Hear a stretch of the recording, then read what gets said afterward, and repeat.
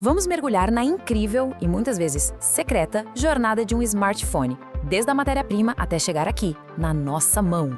É um objeto que se tornou praticamente uma extensão do nosso corpo, né? Mas o que realmente está por trás da criação de um aparelho desses? O que é preciso para que ele exista? Bom, a gente vai acompanhar essa história passo a passo. Primeiro, como a ideia vira um protótipo. Depois, de onde vêm os materiais. Aí, como tudo é montado, os testes que ele passa e, por fim, o custo real que ele tem, um custo que vai além do preço na loja. Ok, vamos começar pelo início de tudo, do projeto ao protótipo. É aqui que uma ideia abstrata começa a tomar uma forma física. Tudo nasce, na verdade, de um planejamento super detalhado. É preciso entender para quem é o aparelho, quanto pode custar, o que ele precisa fazer e aí, claro, equilibrar a beleza e o conforto do design, com a parte da engenharia, ou seja, fazer tudo aquilo funcionar de verdade. E o mais legal dessa fase é que a tecnologia, como a impressão 3D, mudou completamente o jogo. Antes demorava muito para ter um modelo físico. Hoje, em questão de horas, uma ideia vira um objeto que dá para pegar, sentir, testar. Isso acelera tudo e ainda economiza uma boa grana. Beleza, com o projeto definido, a gente vai para a segunda parte, a lista de compras global. E olha, essa não é uma lista de compras qualquer. É hora de buscar os ingredientes dessa receita tecnológica pelo mundo todo. É impressionante pensar nisso, mas um único celular é um verdadeiro mosaico do planeta. Tem areia processada para a tela, cobre e silício para os circuitos, lítio e cobalto para a bateria, e esses materiais vêm de lugares tão distantes quanto o Congo, o Chile, a China e a Austrália. Agora, o ingrediente mais sofisticado de todos é o processador, que é o cérebro do celular. Ele é feito de bilhões, eu disse bilhões, de interruptores minúsculos, chamados transistores. Eles são a base de tudo, ligando e desligando para formar a linguagem dos computadores. A escala disso é uma coisa que a nossa mente mal consegue processar. São literalmente bilhões desses interruptores espremidos numa área menor que a ponta do nosso dedo. É uma engenharia em um nível microscópico. E essa analogia é perfeita. Fabricar um processador é quase uma arte. É como se fosse uma escultura, mas em vez de martelo e cinzel, o que se usa é luz ultravioleta e reações químicas para gravar esses circuitos minúsculos em placas de silício puríssimo. É um processo chamado fotolitografia.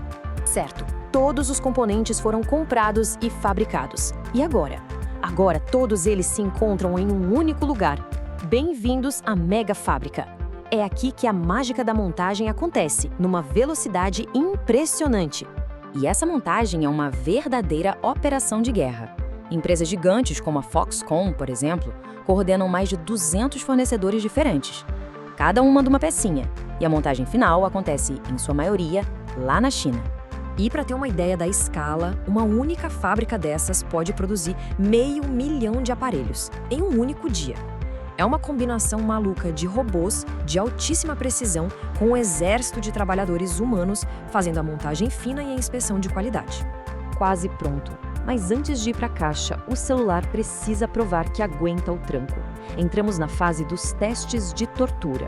É aqui que se garante que ele vai sobreviver ao nosso dia a dia.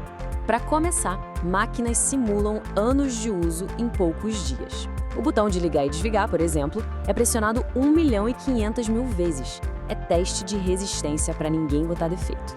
E não para por aí. Eles também testam a resistência do corpo do aparelho. Máquinas torcem o celular 1000 vezes para simular a pressão de estar no bolso da calça, por exemplo.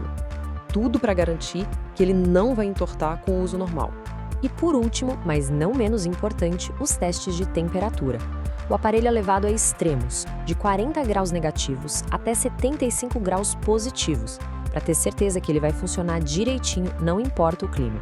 Certo, o celular passou em todos os testes, mas a jornada dele não acaba na linha de montagem. Agora a gente vai falar sobre a parte que ninguém vê, a pegada oculta. O custo real, ambiental e social da existência desse aparelho. Olha só que dado impressionante!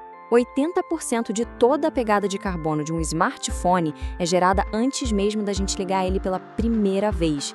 Vem tudo da mineração das matérias-primas e da fabricação dos componentes. E o consumo de recursos naturais é gigantesco. A produção de um único celular gasta quase 13 mil litros de água. Para ter uma noção, é água suficiente para mais de 850 banhos, daqueles bem rápidos. E o problema fica ainda mais sério quando a gente fala dos chamados elementos de terras raras, que são essenciais para os ímãs, os LEDs. A mineração deles é muito prejudicial. Para cada tonelada de minério, são gerados milhares de litros de resíduos ácidos e quase 1 tonelada de lixo radioativo. Uau! De uma simples ideia a um produto global extremamente complexo, conhecer essa jornada toda muda um pouco a nossa perspectiva, né? A pergunta que fica no ar é, depois de saber de tudo isso, como a gente passa a enxergar esse aparelho que está sempre com a gente?